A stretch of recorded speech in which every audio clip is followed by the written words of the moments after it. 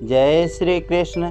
श्रीमद् भागवत गीता आप लोग कृपया शुरू से अंत तक सुने और चैनल को सब्सक्राइब करें, क्योंकि गीता जी के हर श्लोक का इतना विस्तार पूर्वक अर्थ मैं आप लोगों को सुनाता हूँ जो हर जगह सुनने को नहीं आता। इसलिए आप लोग प्रेम पूर्वक शुरू से अंत तक सुने और पुण्य के भागी बने। गीता में भगवान कहते हैं, परं भावमजानन्तो ममः भूत महेश्वरम, अर्थात जिसकी सत्ता स्फूर्ति पाकर प्रकृति अनंत ब्रह्मांडों की रचना करती है, चर अचर स्थावर जंगम प्राणियों को पैदा करती है, जो प्रकृति और उसके कार्य मात्र का संचालक, प्रवर्तक, शासक और संरक्षक है। इसकी इच्छा के बिना वृक्ष का पत्ता भी नहीं हिलता। प्राणी अपने कर्मों के अनुसार जिन जिन लोकों में जाते हैं, उन लोकों में प्राणियों पर शासन करने वाले जितने देवता हैं, उनका भी जो ईश्वर मालिक है और जो सबको जानने वाला है, ऐसा वह मेरा भूत महेश्वर रूप सर्वोत्कृष्ट भाव स्वयं रूप है। अब जानन्ति मांग मूढ़ा मानुषिं तनुमाश्रितं, परं भावमजानन्तो ममः भूत महेश्वरम। परं भावम कहने का तात्पर्य है कि मेरे सर्वोत्कृष्ट प्रभाव को अर्थात करने में, न करने में और उलट फेर करने में जो सर्वथा स्वतंत्र है, जो कर्म क्लेश विपाक आदि किसी भी विकार से कभी आबद्ध नहीं है, जो क्षर से अतीत और अक्षर से भी उत्तम है तथा वेदों और शास्त्रों में पुरुषोत्तम नाम से प्रसिद्ध है, ऐसे मेरे परम भाव को मूढ़ लोग नहीं जानते। इसी से वे मेरे को मनुष्य जैसा मानकर मेरी अवज्ञा करते हैं। मानुषिं तनुमाश्रितम, भगवान को मनुष्य मानना क्या है?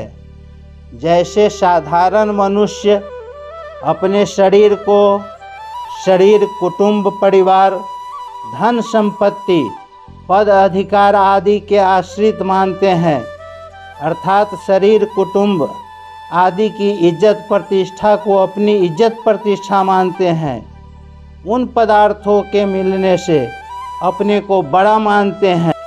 और जैसे साधारण प्राणी पहले प्रकट नहीं थे, बीच में प्रकट हो जाते हैं तथा अंत में पुनः अप्रकट हो जाते हैं, ऐसे ही वे मेरे को साधारण मनुष्य मानते हैं।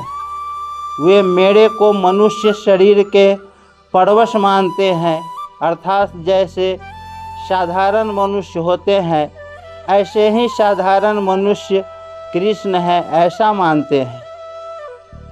भगवान शरीर के आश्रित नहीं होते। शरीर के आश्रित तो वे ही होते हैं जिनको कर्म फल भोगने के लिए पूर्वकृत कर्मों के अनुसार शरीर मिलता है, परंतु भगवान का मानवीय शरीर कर्मजन्य नहीं होता। वे अपनी इच्छा से ही प्रकट होते हैं। इच्छायाक्तः वपुषः, और स्वतंत्रता पूर्वक मत्स्य, कच्छप, बारह आदि अवतार लेते हैं। इसीलिए उनको न तो कर्म बंधन होता है और न वे शरीर के आश्रित होते हैं।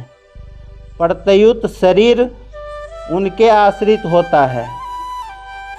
प्रकृतिं स्वामधिष्ठाय संभवामि, अर्थात वे प्रकृति को अधिकृत करके प्रकट होते हैं। तात्पर्य यह हुआ कि सामान्य प्राणी तो प्रकृति के परवश होकर जन्म लेते हैं, पर प्रकृति के आश्रित होकर ही कर्म करते हैं, पर भगवान स्वेच्छा से स्वतंत्रता से अवतार लेते हैं और प्रकृति भी उनकी अध्यक्षता में काम करती है।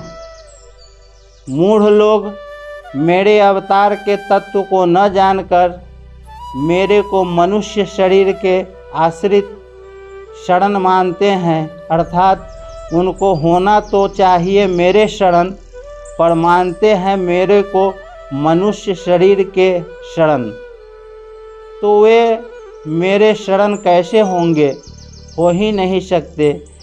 यही बात भगवान ने 7वें अध्याय में कही है कि बुद्धिहीन लोग मेरे अज अविनाशी परम भाव को न जानते हुए मेरे को साधारण मनुष्य मानते हैं, इसीलिए वे मेरे शरण न होकर देवताओं के शरण होते हैं।